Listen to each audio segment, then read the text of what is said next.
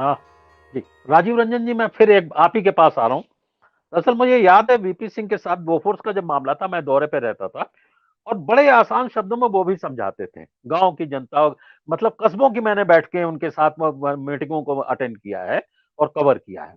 आपने जो बताया अभी शेल कंपनियों के बारे में पूछा, हो सकता है ये सबको ना, लेकिन आपने काफी आसान भाषा में समझाया था ये शेल कंपनियों वाला मामला भी, और जो आप सवाल उठाना चाह रहे थे जी। देखिए, सिंपल भाषा में ये समझिए कि जो मोदी जी ने कहा था कि 15 लाख रुपए हर व्यक्ति के अकाउंट में आएंगे, वो 15 लाख व्यक्ति के अकाउंट में नहीं आए हैं, बाहर से एक कंपनी के अकाउंट में आ गए हैं। आप ऐसा समझिए 15-15 लाख के मल्टीपल्स में। अब ये जिन कंपनीज के द्वारा आए हैं, है ना, वो खोखा कंपनी है, उनका कोई काम नहीं है। उन कंपनीज का, जो भी कंपनीज है वो मॉरिशस में बनी है, केमन आइलैंड में बनी है, अलग अलग जगह बनी है। एकदम मैं सामान्य लोग जो आप बोल रहे हो कि जो नहीं समझ में, जिनको आता है उनको समझाने के परिदृश्य से बता रहा हूँ ये चीज, कि भाई जो कंपनी काम करती है वही पैसा डालेगी ना। जो कंपनी कुछ काम ही नहीं करती वो कहां से पैसा डालेगी। तो ये पैसे पूरे आ रहे हैं बाहर से। जो हमको एक सबसे बात दिखाया गया था कि पैसे आप लोगों के पर्सनल अकाउंट में आएंगे, वो ना आते हुए ये पैसे जो हैं, ये स्विट्जरलैंड से 36,000 करोड़ रुपए आए हैं, केमन आइलैंड से आए हैं, मॉरिशस से आए हैं 25,000 करोड़। तो ये अलग अलग देशों से ऐसी छोटी छोटी कंपनी जिनका कोई काम नहीं था, वो कंपनीज ने पैसे डाले हैं अदानी ग्रुप ऑफ कंपनीज के अकाउंट में, जो इंडिया में है। अब सवाल यही है, मैं 1-1.5 महीने से बार बार हर प्रोग्राम में यही बोल रहा हूं कि साहब, जब तक आप सोर्स ऑफ फंड, यानी ये कंपनीज के पास में पैसे कहां से आए हैं, इसका इन्वेस्टिगेशन नहीं करोगे, तब तक अदानी ग्रुप के ऊपर में कोई भी इन्वेस्टिगेशन अपने लॉजिकल एंड तक नहीं जाएगा।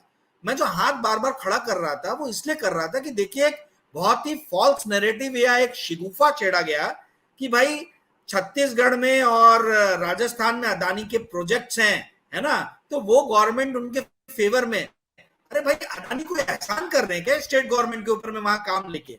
उन्होंने बिडिंग किया, उनको प्रोजेक्ट मिले, तो इसको कांग्रेस सरकार से जोड़ना या कोई दूसरे अपोजिशन पार्टी की सरकार से जोड़ने का कोई अर्थ ही नहीं है।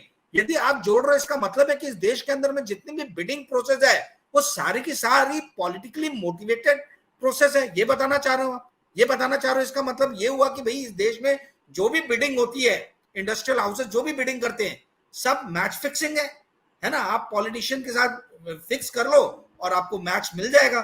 तो यदि ऐसी हालत है तो ये तो और गंभीर है, ये तो एक अलग ही इन्वेस्टिगेशन का एक विषय बनता है। किंतु इस बात को समझिए, अदानी आज की डेट में 18 से 20 अलग अलग राज्यों में काम कर रहा है, या शायद उससे भी ज्यादा होगा अगर हाल फिलहाल के दिनों में नए कोई प्रोजेक्ट्स मिले होंगे तो ये जो प्रोजेक्ट्स मिल रहे हैं, इसका अर्थ ये नहीं है कि वहां की स्टेट गवर्नमेंट उसके उनके पॉकेट में है।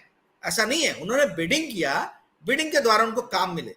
तो छत्तीसगढ़ गवर्नमेंट के मुखिया को आप जोड़ दो मुख्यमंत्री को कि नहीं नहीं ये तो अदानी जी के दोस्त हैं, या ममता बनर्जी दोस्त हैं, या गहलोत दोस्त, ये तो बेवकूफी है, ये बचकानापन है। भाई, आप स्टेट में आए हो काम करने के लिए, ठीक है, और बिडिंग के द्वारा आए हो, तो ये कह के आप कन्नी काट लो कि नहीं नहीं मोदी जी का दूसरे लोग भी सपोर्ट करते। अरे भाई, सपोर्ट नहीं कर रहे, आपने प्रोजेक्ट में बिड किया और आपको प्रोजेक्ट मिला है। This is called transparency. तो छत्तीसगढ़ गवर्नमेंट ने ट्रांसपेरेंसी रखी है, अशोक गहलोत ने ट्रांसपेरेंसी रखी है, ममता बनर्जी ने ट्रांसपेरेंसी रखी है, ये समझते जानते बूझते हुए कि ये आदमी जो है ये इलेक्टोरल बॉन्ड के द्वारा ना जाने कितने पैसे बीजेपी को दे चुका, उसके बावजूद भी यदि वो अपने राज्य में प्रोजेक्ट को लेने दे रहे हैं, इसका मतलब है कि बिल्डिंग प्रपोजल्स को वो रेस्पेक्ट कर रहे हैं। ठीक है, इसका मतलब ये नहीं है कि वो भी अदानी की जेब में चले गए। तो ये अपने दिमाग से लोगों को निकालने की जरूरत है। पहली चीज ये हुई। दूसरी चीज, देखिए मैं बार बार बता रहा हूं, ये जब से भाजपा सरकार आई है, ये हर चीजों में इन्होंने जो सिस्टमैटिक क्लिंजिंग किया है वो यही किया है कि हर जगह इन्होंने ट्रांसपेरेंसी को ओपेक शिफ्ट कर दिया है।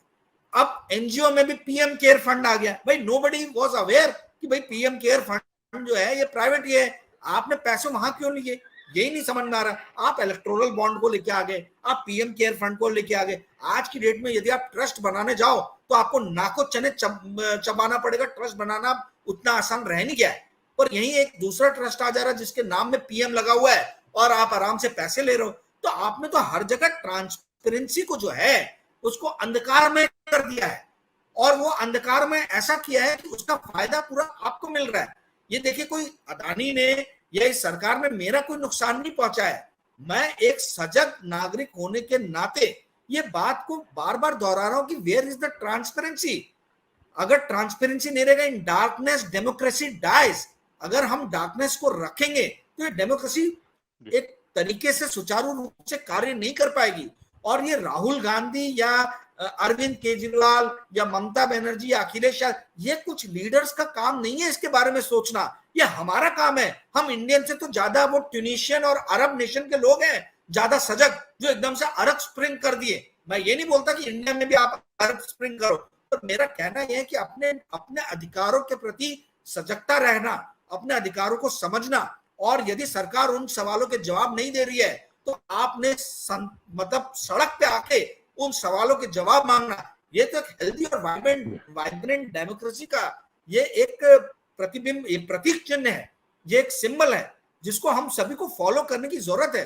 ये कोई कांग्रेस समर्थक या आम आदमी पार्टी समर्थक या कोई तृणमूल समर्थक या समाजवादी पार्टी समर्थक जो कैडर है, ये उनका काम नहीं है कि इस देश के अंदर में डेमोक्रेसी को मैनेज करे। अपोजिशन वो काम करता है, बट ये काम मेरा और आपके जैसे पत्रकारों का भी है। ये हमारे जैसे जो करोड़ों जनता है, ये उनका भी है। आप लोग कब इस बात को समझेंगे? और आप क्यों नहीं ये सवाल पूछते हैं कि भाई 2014 के बाद ही अदानी का इतना ग्रोथ क्यों हुआ?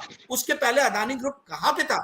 अदानी ग्रुप का ग्रोथ क्यों नहीं दिख रहा था? कि 2014 के बाद ही गौतम अदानी जो है एकदम से विजनरी कैसे हो गए? उसके पहले उनका विजन कहां था? वो विजन जो है वो हमने देखा 2019 के बाद तो और ज्यादा तीव्र हो गया।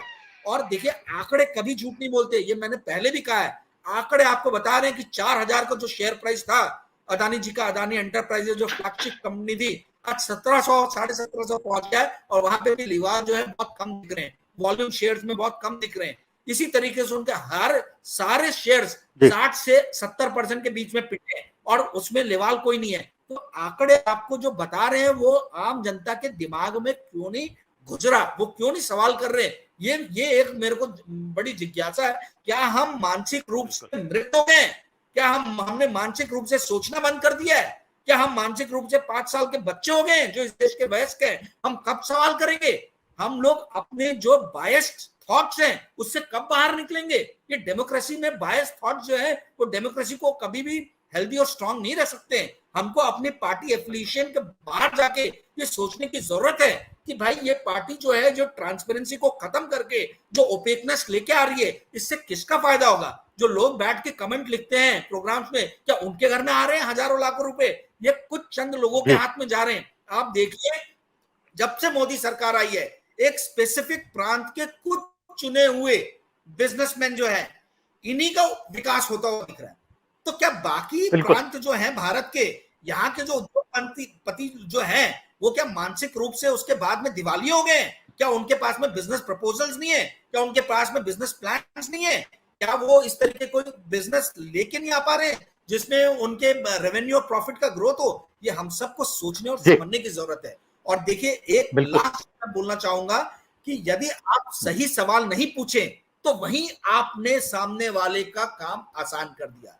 सो please try to ask the right kind of questions, क्योंकि राइट क्वेश्चंस के अभाव में जो है, जो गलत करने वाले लोग हैं वो और स्ट्रांग होते हैं। बिल्कुल, वो अमृतकाल के राज उद्योगपति हैं। खैर, डॉक्टर सुनीला, मैं एक चीज मैं जानना चाहता हूं। भारतीय जनता पार्टी ने कहा पिछड़ों के अपमान का मुद्दा उठाएगी। मुझे याद आ रहा, पीलू मोदी, सैयद मोदी, ये ललित मोदी, नीरव मोदी, इसमें कौन पिछड़ा है? ये मेरे समझ में नहीं आया। सत्य हिंदी का ऐप डाउनलोड करें गूगल प्ले स्टोर पर।